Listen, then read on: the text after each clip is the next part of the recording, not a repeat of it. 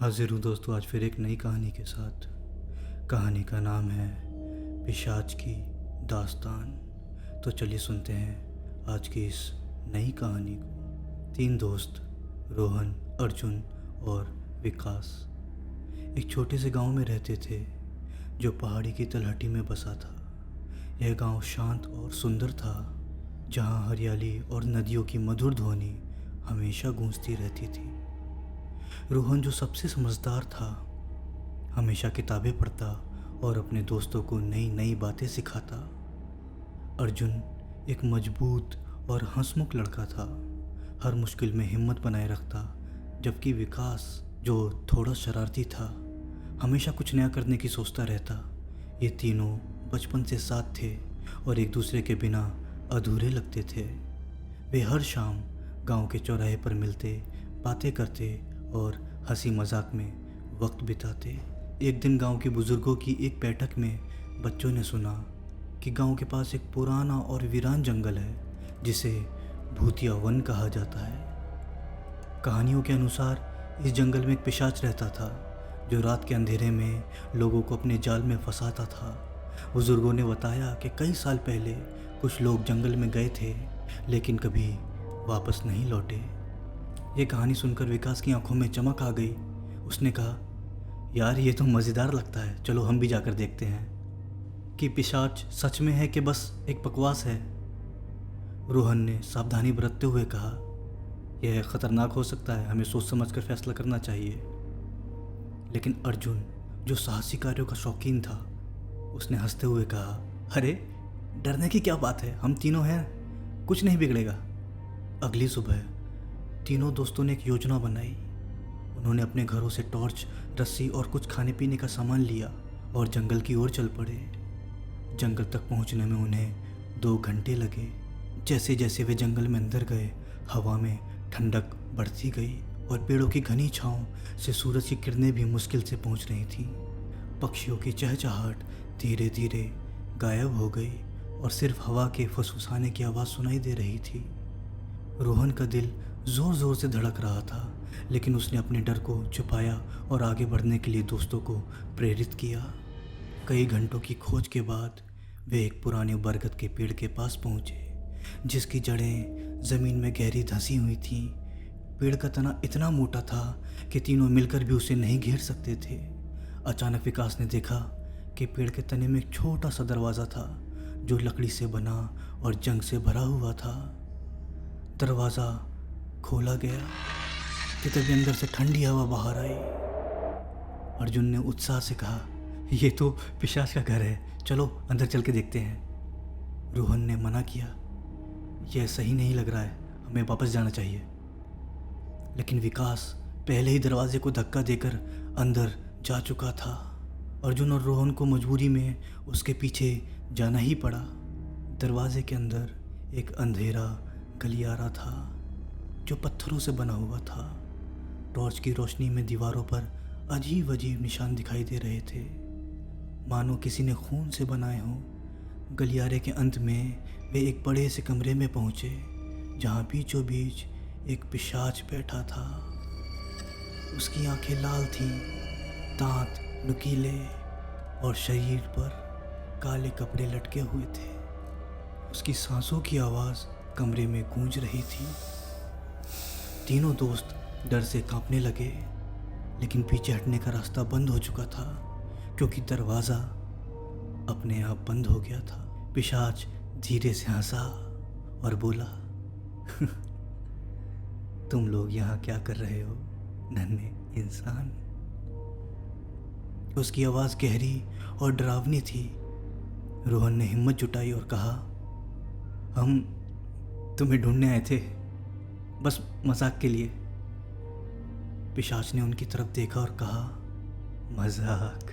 अच्छा, तो मैं तुम्हें एक खेल दिखाऊंगा। अगर तुम जीत गए तो मैं तुम्हें जो चाहे वो दूंगा, सोना, जवाहरात या फिर आज़ादी। लेकिन अगर तुम हार गए तो तुम मेरी संपत्ति बन जाओगे और हमेशा मेरे साथ रहोगे। विकास ने बिना सोचे समझे कहा, ठीक है, हम तैयार हैं। अर्जुन और रोहन ने आपत्ति जताई, लेकिन अब पीछे हटने का कोई रास्ता नहीं था। पिशाच ने एक पहेली सुनाई। मैं रात में दिखाई देता हूँ लेकिन दिन में नहीं, मैं ठंड में दिखाई देता हूँ लेकिन गर्मी में नहीं, मैं क्या हूँ? तीनों दोस्तों ने एक दूसरे की ओर देखा। रोहन सोच में पड़ गया। वह जानता था कि यह कोई आसान पहेली नहीं थी। अर्जुन ने कहा, शायद चांद। लेकिन विकास ने तुरंत टोका, नहीं, चांद तो दिन में भी दिखाई देता है। रोहन ने गहरी सांस ली और कहा, मुझे लगता है जवाब तारे हैं। पिशाच कुछ पल चुप रहा और फिर एकदम से बोला, बिल्कुल सही, तुम जीत गए। लेकिन जीत की खुशी ज़्यादा देर नहीं रही। पिशाच ने उठकर अपने पीछे एक दीवार पर हाथ फेरा और वहाँ से एक संदूक निकला। उसने संदूक को खोला जिसमें चमकते सोने के सिक्के और जवाहरात थे। उसने कहा, यह तुम्हारा इनाम है, आओ ले लो और चले जाओ। लेकिन जैसे ही रोहन ने संदूक की ओर हाथ बढ़ाया, पिशाच की आंखें और लाल हो गईं और उसका चेहरा विकृत हो गया। अचानक कमरे की दीवारें हिलने लगी और एक अदृश्य शक्ति ने तीनों को जकड़ लिया। पिशाच ने हंसते हुए कहा, मैंने कहा था जीतने पर मैं तुम्हें कुछ दूंगा, लेकिन अब तुम मेरी संपत्ति हो। इस खेल का नियम यही है। तीनों दोस्तों ने अपने आप को छुड़ाने की कोशिश की, लेकिन पिशाच की शक्ति इतनी ज़बरदस्त थी कि वे हिल तक नहीं सके। अगले कुछ दिनों तक वे अंधेरे कमरे में कैद रहे, जहां पिशाच उन्हें खाना देता और अपने रहस्यमय कार्यों में इस्तेमाल करता। लेकिन रोहन, जो हमेशा चतुराई से काम लेता था, उसने धीरे धीरे पिशाच की कमजोरी समझना शुरू की। उसने देखा कि पिशाच दिन की रोशनी से डरता था और सुबह के समय कमज़ोर पड़ जाता था। और उसने अर्जुन और विकास को योजना बताई। दिन बीत गए और तीनों उस पिशाच के लिए उसका काम करते रहे। और एक सुबह जब पिशाच सो रहा था, तीनों ने मिलकर उस पर हमला किया। रोहन ने पिशाच के सर पर एक भारी पत्थर मारा, जबकि अर्जुन ने उसकी बेड़ियों को तोड़ा। विकास ने दरवाजे को खोलने की कोशिश की और आखिरकार वे बाहर निकल आए। पिशाच की चीखें जंगल में गूंज उठी। तीनों के किए गए वार से पिशाच अब अपनी आखिरी सांसें गिन रहा था। वो मौत की आगोश में जा चुका था। वहीं तीनों ने बाहर आकर एक राहत भरी सांस ली और गांव की ओर भागते हुए निकल पड़े। लेकिन जब तीनों गांव पहुंचे तो तीनों ने एक अजीब दृश्य देखा। गांव के लोग उनकी ओर अजीब निगाहों से देख रहे थे। उनकी आंखें लाल थी और वो धीरे धीरे उनके पीछे आने लगे। रोहन ने समझा कि पिशाच की मौत के बाद उसकी शक्तियाँ गांव में फैल गई थीं। शायद पिशाच ने पहले ही गांव वालों को अपने वश में कर लिया था। अर्जुन ने कहा, हमें यहाँ से भागना होगा। विकास ने सहमति जताई और तीनों ने गांव छोड़ दिया। वे जंगल से दूर एक नदी किनारे पहुँचे और वहाँ उन्होंने अपना डेरा डाल लिया।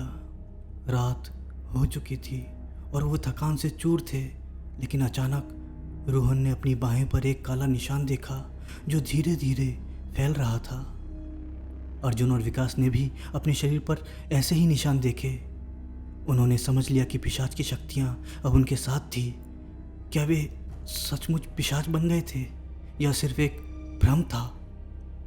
वे कभी इसका जवाब नहीं जान पाए। वे बस चलते रहे अनजान मंजिल की ओर, जहाँ शायद उनकी नियति उन्हें ले जा रही थी। तीनों चलते हुए एक छोटी सी धारा प्रवाह नदी के पास जा पहुँचे और ख़ुद को आराम देने लगे। नदी के किनारे बैठकर तीनों दोस्त चुपचाप अपनी बाहों पर फैलते उन काले निशानों को देख रहे थे। हवा में एक अजीब सी गंध थी, ना तो सड़न की ना जीवन की, बल्कि जैसे कोई पुरानी शक्ति उन्हें घेर रही हो, मानो कोई अंधेरी रात हो। क्या अब हम पिशाच हैं? विकास ने कांपती हुई आवाज़ में पूछा। रोहन ने धीरे से कहा, नहीं, अभी नहीं, लेकिन अगर हमने कुछ नहीं किया तो हम ज़रूर बन जाएंगे। अर्जुन ने गंभीरता से पूछा, तो क्या हमारे पास अब कोई रास्ता है? रोहन ने सिर झुकाकर जवाब दिया, शायद आखिरी मौका।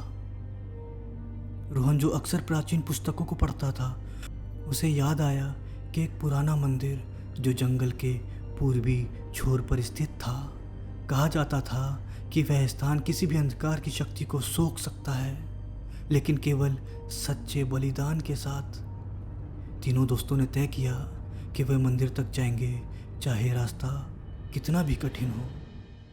रात के अंधेरे में वे नदी पार करके गुप्त रास्ते से मंदिर तक पहुँचे।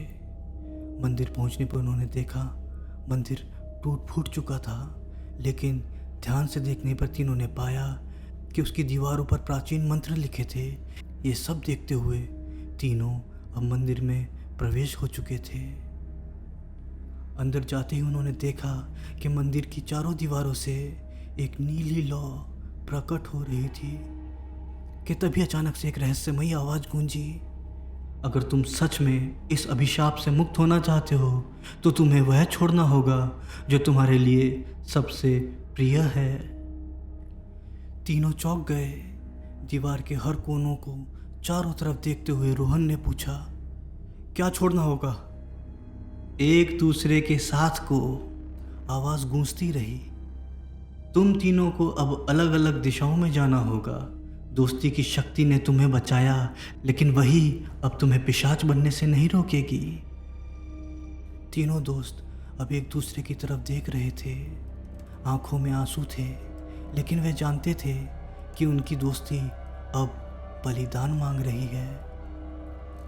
रोहन ने कहा, दोस्तों, अगर हम साथ रहे तो श्राप हमेशा हमारे साथ रहेगा, लेकिन अगर हम अलग हो गए तो शायद हम इंसान बन सकेंगे।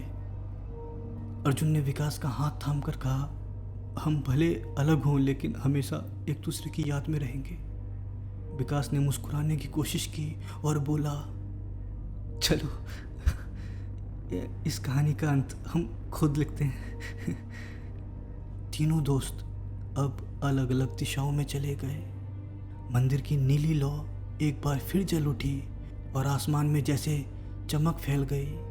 उनके शरीर से काले निशान गायब होने लगे। पिशाच का श्राप टूट चुका था।